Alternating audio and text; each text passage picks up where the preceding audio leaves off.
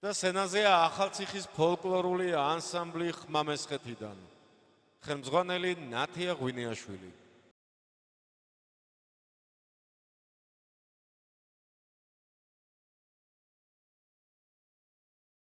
შევხვდით აპლოდისმენტები.